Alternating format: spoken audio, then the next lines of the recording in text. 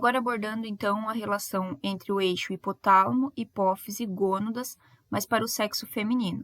Então, ao invés dos testículos, nós temos agora a ação do LH e do FSH sobre células específicas que estão localizadas nos ovários. Então, as mulheres, diferente dos homens, depois do processo de maturação do eixo hipotálamo-hipófise, ao atingirem a puberdade, tem um processo de produção das células gaméticas dentro de períodos cíclicos. Então, a cada 28 dias, as mulheres têm um grupo de folículos ovarianos. O que são os folículos ovarianos? São essas estruturas que são recrutados, então, para sofrer um processo de maturação final, sofrer o processo de ovulação e pode ser fecundado ou não, dando origem, então, a um novo indivíduo. O que nós vamos entender nessa aula é como que nós temos esse processo final de maturação desse folículo, tá?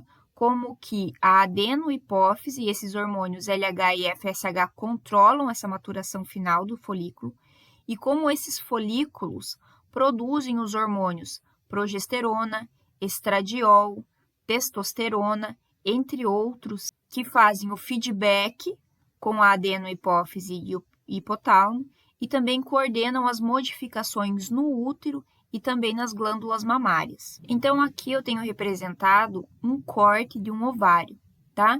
Então, vejam que o ovário, aqui é uma histologia de um ovário real, então, e aqui é o desenho representando esse ovário, tá?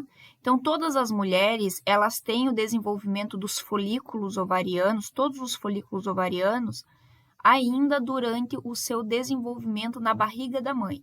Então, eu, uma mulher, tenho todos os meus folículos desenvolvidos ainda quando eu estou na barriga da minha mãe, sendo gestada. Por isso que as mulheres nascem com um número de folículos já pré-determinado. É diferente dos homens que, quando atingem a maturidade sexual, tem um número infinito de espermatozoides sendo produzidos.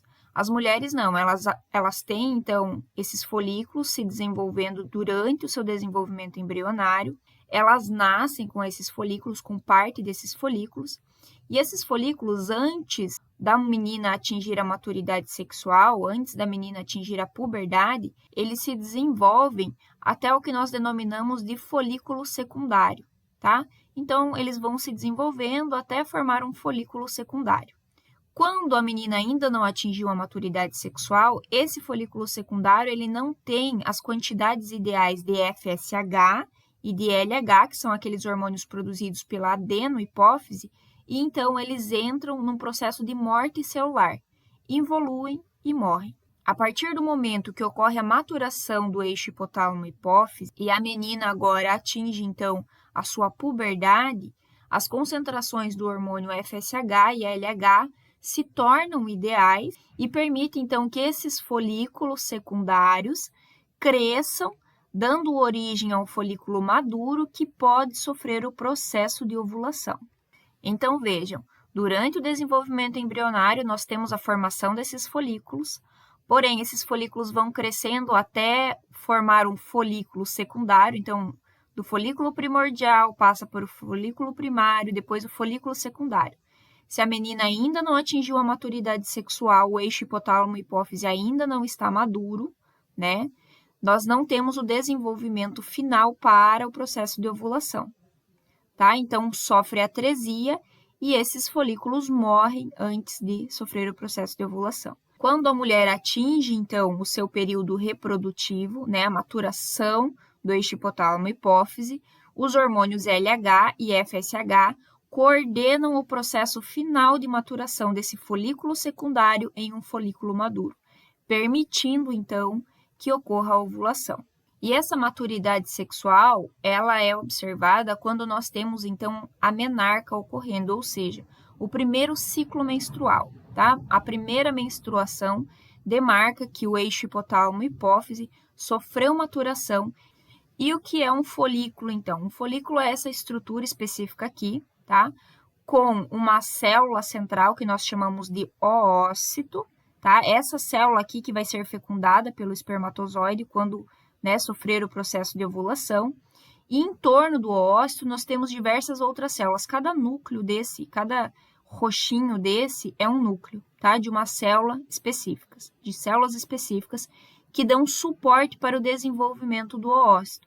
Então, essas células que estão em torno, que nós chamamos de células foliculares, mais o oócito forma o folículo. E o que nos importa nesse momento é que os hormônios FSH e LH secretados lá pela adenohipófise atuam sobre essas células aqui, foliculares, estimulando essas células a produzirem progesterona, estradiol, inibinas, hormônio antimuleriano, que são os hormônios responsáveis por coordenar, então, tanto as características secundárias, né, no sexo feminino, como também o processo de desenvolvimento uterino e mamário para uma possível gestação. Então, nessa figura, nós temos a representação do ciclo menstrual. E o que é o ciclo menstrual? São as mudanças uterinas, das tubas uterinas, então tubárias, ovarianas, que ocorrem também no ovário, e nas glândulas mamárias, de forma cíclica. Então, dentro de um período de 28 dias, que é a média de duração do ciclo menstrual, nós temos todas as alterações ocorrendo em todos esses tecidos, tá? Quais são essas alterações? O crescimento final daquele folículo secundário até um folículo maduro e ovulação, e posteriormente, então, a formação de uma glândula, dessas células foliculares que ficam nos ovários, que não sofrem ovulação, tá? Então, a formação dessa glândula que nós vamos ver a função. Temos, então, modificações no endométrio, né, que é esse tecido que recobre, então, a parte que recobre o útero internamente, tá? E vejam que cada modificação, cada etapa desse processo do ciclo menstrual, então, as modificações ovarianas, as modificações uterinas, são coordenadas por hormônios diferentes. Então, aqui eu tenho os hormônios produzidos pelas células foliculares dos ovários e aqui os hormônios, então, da adenohipófise, FSH e LH. E vejam que as concentrações desses hormônios variam, então, de acordo com o estágio do ciclo menstrual. Então, nós vamos dividir o ciclo menstrual em fase folicular, que então é esse início do ciclo até o processo de ovulação, e do processo de ovulação até o final do ciclo, que se chama fase lútea. Vamos ver quais são os hormônios que coordenam cada uma dessas fases, tá? E de que maneira que nós temos ocorrendo, então, um feedback, essa comunicação do FSH e LH sobre os ovários produzindo estrogênio, progesterona e as inibinas, e como esses hormônios atuam, então, de volta, comunicando-se com o hipotálamo e a adenohipófise. Então, essa alça de comunicação, esse eixo reprodutivo, ocorre da seguinte forma. O hipotálamo, né, secreta, então, o GnRH, tá? Que é o hormônio liberador. Esse GnRH é liberado, então, naquele sistema porta, e atua na adenohipófise sobre os gonadotrofos. Os gonadotrofos respondem produzindo FSH e LH. Então, uma única célula produz dois tipos de hormônio. Em alguns períodos do ciclo, nós vamos ver que o FSH é produzido em maior concentração do que o LH. E outros períodos do ciclo, o LH tem aumento na sua produção e é reduzida a produção do FSH. Isso ocorre porque o GnRH ele tem uma secreção pulsátil. Então, quando os pulsos de GnRH forem menor, uma frequência menor, nós temos então o aumento da produção do FSH.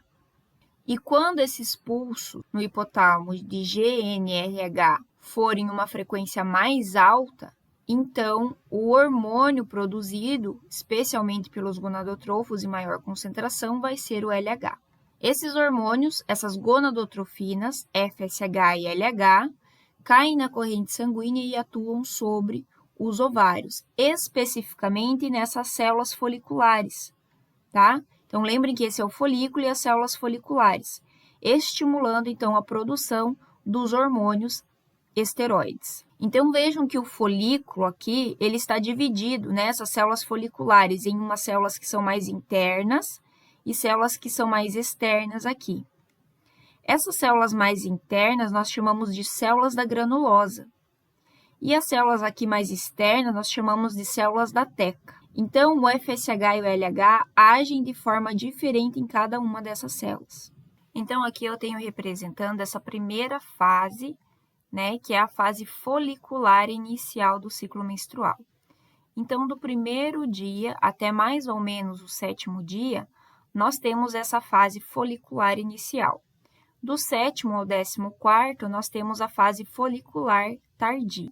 Então, vejam que nessa fase inicial, o FSH está sendo secretado em maior concentração e o LH em menor concentração pela adenohipófise. Esses hormônios, FSH e LH, atuam, então, nas células foliculares. Então, o FSH estimula as células da granulosa foliculares a produzirem o estradiol, o estrogênio de modo geral. Então, olhem o folículo aqui e percebam que as células mais internas são essas células da granulosa, que secretam, que produzem o estrogênio, depois que o FSH estimula essas células a produzir, então, esse estrogênio. Já as células da teca, que são essas células mais externas do folículo, né, por fora do folículo, elas respondem ao LH, produzindo androgênios, hormônios masculinizantes, que se difundem, que passam, então, para as células da granulosa, então, são produzidos aqui, nas células da teca, e passam para as células da granulosa, onde são convertidos em estrogênios. Então, as células da granulosa convertem esses androgênios em mais estrogênio. E vejam que o estrogênio ele faz um feedback negativo nesse momento, reduzindo, então, a produção de FSH, reduzindo a produção de GNRH e reduzindo a produção de LH. Então, voltando aqui para o nosso gráfico, vejam que o aumento do FSH estimula, então, o crescimento e a produção, né, de estrogênio por essas células que estão formando o folículo, essas células foliculares aqui. Por isso, nós temos o aumento gradual dos níveis de estrogênio. Então, esse aumento do FSH recruta um número específico de folículos secundários que começam a responder ao FSH e também aos níveis baixos de LH, produzindo mais estrogênio e também um pouco de progesterona, aumentando a produção dos níveis de estrogênio. E o estrogênio promove, então, esse efeito de feedback negativo. Passado, então, esses 7 primeiros dias, na fase tardia, folicular final aqui, nós temos, então, uma mudança na secreção desses hormônios.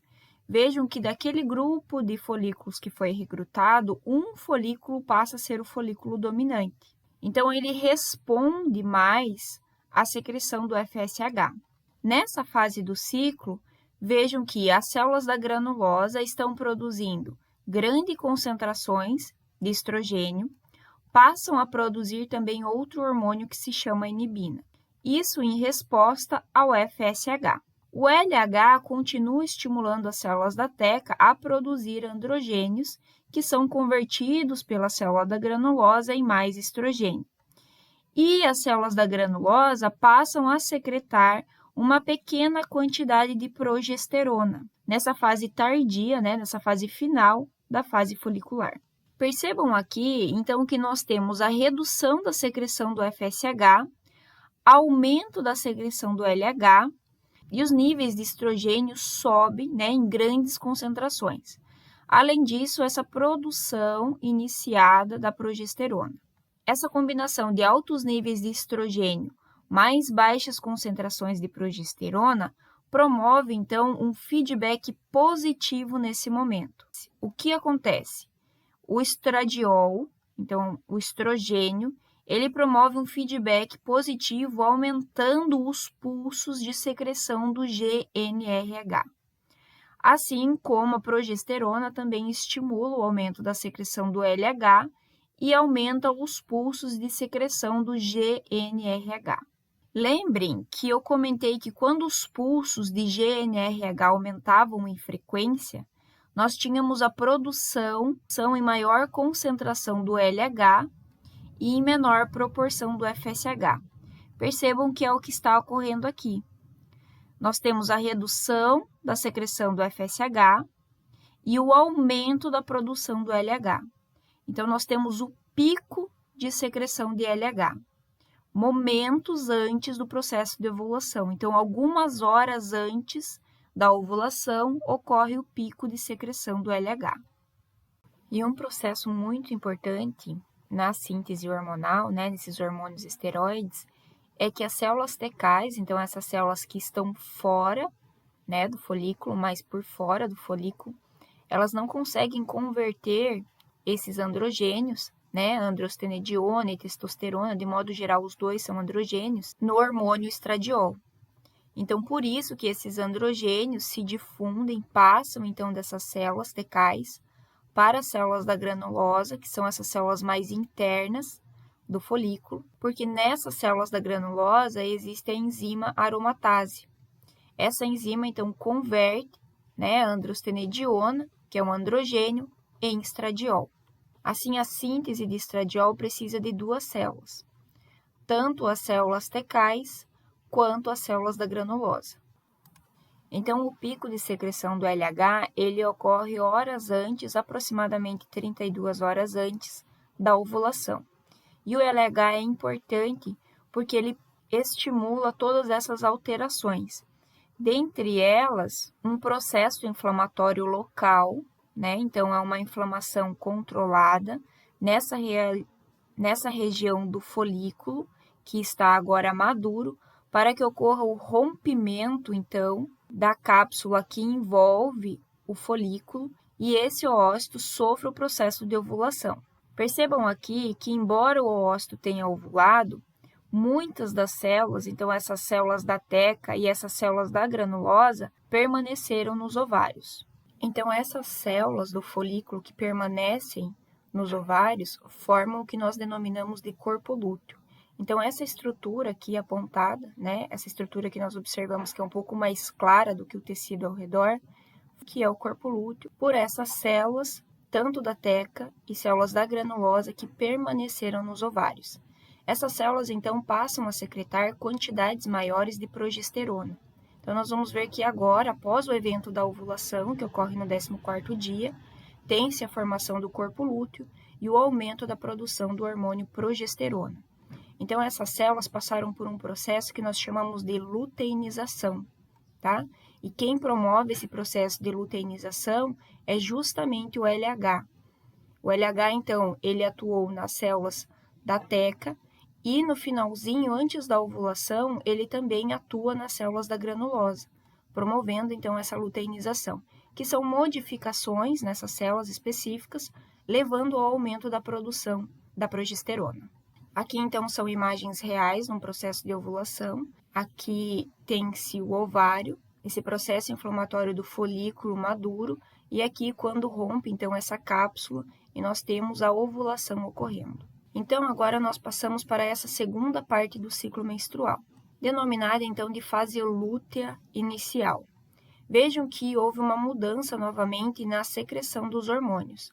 O LH reduz, o FSH reduz completamente, né? Então, nós temos os dois em baixíssimas proporções sendo secretados pela adenohipófise, isso em resposta de um feedback negativo. Então, vejam que voltamos para um estágio de feedback negativo, exercido por altos níveis de estrogênio, altos níveis de progesterona e também altos níveis desse outro hormônio que é a inibina. Então, aqui nós conseguimos observar a inibina aumentando a sua concentração, o estrogênio, né, tem uma baixa, mas ele tem, então, um aumento na sua proporção posteriormente. E a progesterona está em fase ascendente, então vejam que ela está constantemente aumentando, né, a sua concentração, sendo secretada em maior proporção. Quem é o hormônio que coordena especialmente essa fase lútea? É a progesterona, tá? Então, o hormônio predominante na fase lútea, especialmente na fase lútea inicial, é a progesterona.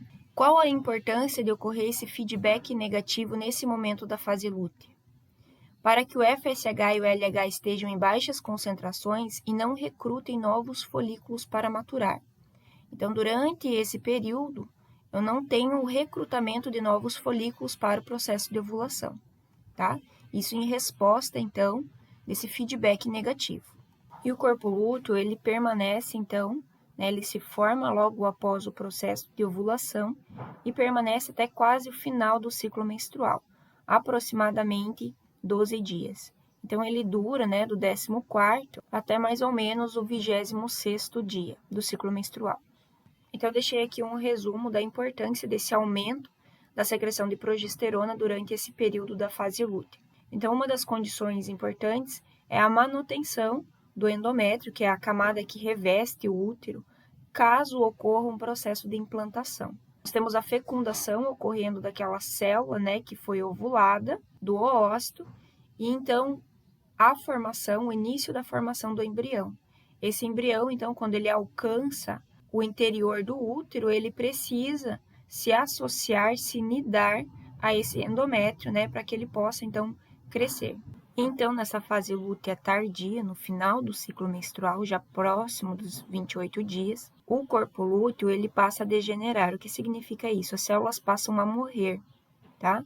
Então, se não houver a gravidez, se não houver a fecundação e a nidação e a formação, então, inicial da placenta no desenvolvimento embrionário, esse corpo lúteo ele começa a degenerar, tá?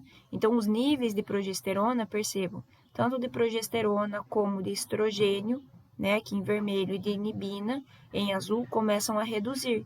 Se o corpo lúteo que produz esses hormônios começa a degenerar, então os níveis, as concentrações desses hormônios também começam a cair na circulação. Então, nós não temos mais esse feedback negativo que tinha-se antes, né? E dessa forma, a adenohipófise começa novamente a secretar aumento da concentração do FSH e aumento da concentração do LH. Isso recruta novos folículos, né? Então, nessa fase final, com o aumento do FSH e também do LH, eu tenho o início do recrutamento dos novos folículos para o próximo ciclo menstrual, para maturação e dar início ao novo ciclo menstrual. Então, no final dessa fase lútea tardia, nós temos essa redução desses hormônios, progesterona e estradiol, a redução desse efeito de feedback negativo sobre a adenohipófise e, então, o aumento da concentração do FSH e do LH, recrutando novos folículos para iniciar um novo ciclo menstrual. E aqui relacionando, então, essas alterações hormonais de estradiol e progesterona com as mudanças que ocorrem no endométrio uterino. Então, aquela camada, né, que reveste interiormente o útero. Vejam que do primeiro dia ao 5º dia do ciclo menstrual, tem-se então a descamação do endométrio, né, na forma da menstruação. Após isso, vejam que o aumento da produção do estradiol faz com que essa camada, esse restante do endométrio que permanece, né, revestindo o útero, comece a proliferar e retorne, então reconstrua essa camada endometrial, tá? Então, uma intensa proliferação dessas células endometriais. Além disso, o estradiol, ele também aumenta o número de receptores para a progesterona. Então, essas células, além de proliferarem, elas passam a expressar nas suas membranas receptores para a progesterona, preparando, então, essas células do endométrio para responder à progesterona. Ocorre o evento de ovulação e, posteriormente a isso, nós temos, então, um aumento da produção de progesterona. E essa progesterona, ela atua nessa camada endometrial, que já cresceu, né, na fase anterior do ciclo, na fase proliferativa do ciclo. E agora essas células, então, passam a armazenar lipídios e também a armazenar glicogênio para que, se ocorrer o processo de fecundação e nidação, as células do embrião têm um suprimento energético para o seu desenvolvimento inicial. Então, aqui eu também deixo um resumo, né, das diferentes fases do ciclo menstrual, as variações dos hormônios que nós temos ocorrendo e esses mecanismos, então, inicialmente de feedback negativo, um feedback positivo e, posteriormente, feedback negativo novamente. Então, aqui vocês conseguem observar, né, todas essas fases juntas e observar, então, essas alterações, essas mudanças nesses mecanismos de feedback. E também as ações desses hormônios, né, tanto o estradiol, os estrogênios de modo geral, e a progesterona sobre o organismo. Então, eu linkei algumas das funções de cada um desses hormônios, né? Então, para que vocês entendam que eles não estão relacionados apenas a essas mudanças específicas que ocorrem no útero, nas mamas e também no próprio ovário, mas estão relacionados com outras situações, como, por exemplo, comportamento, o efeito neuroprotetor, anti-osteoporose, né? Então, dessa forma, eu peço que vocês leiam as ações também desses hormônios sobre outros tecidos.